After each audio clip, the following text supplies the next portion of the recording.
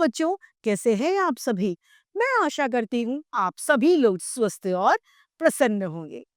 आज हम हमारा पाठ माँ यानी हमारी मम्मी को पढ़ेंगे और समझेंगे। इस पाठ को हम एक कविता के माध्यम से पढ़ेंगे।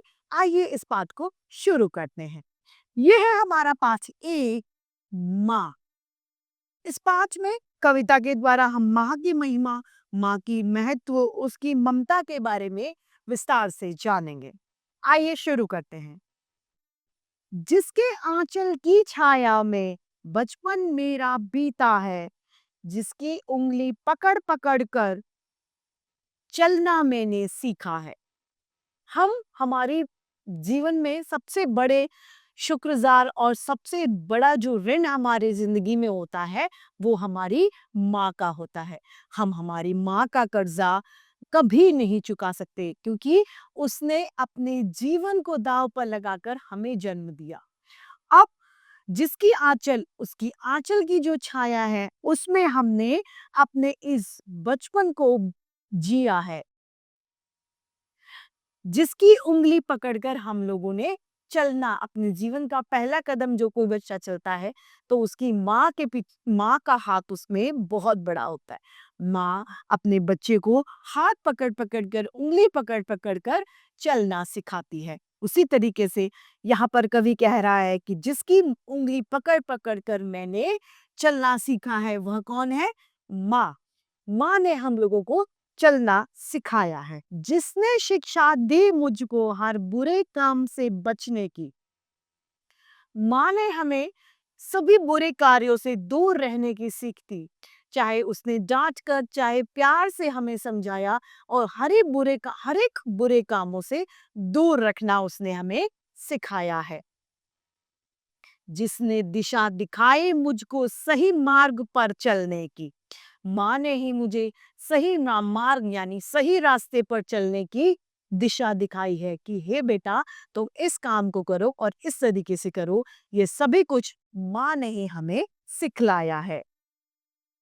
जिसने मुझे सिखाया है हर मुश्किल से टकराना।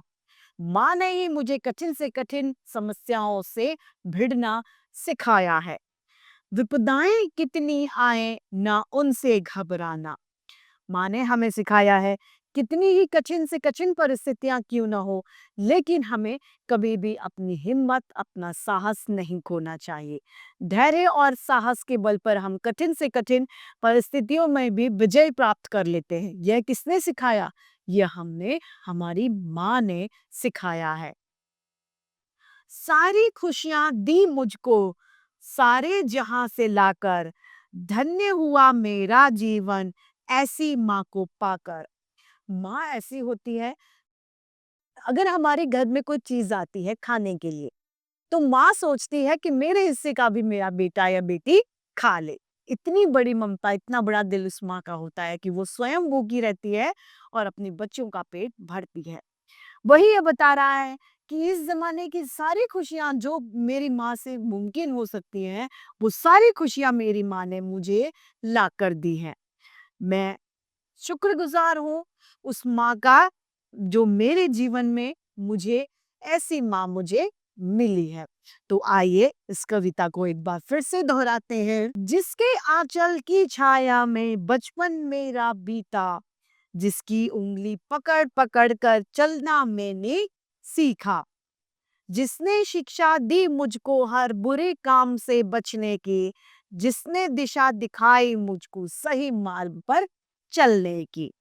जिसने मुझे सिखाया है हर मुश्किल से टकराना, विपदाएं कितनी आए ना उनसे घबराना।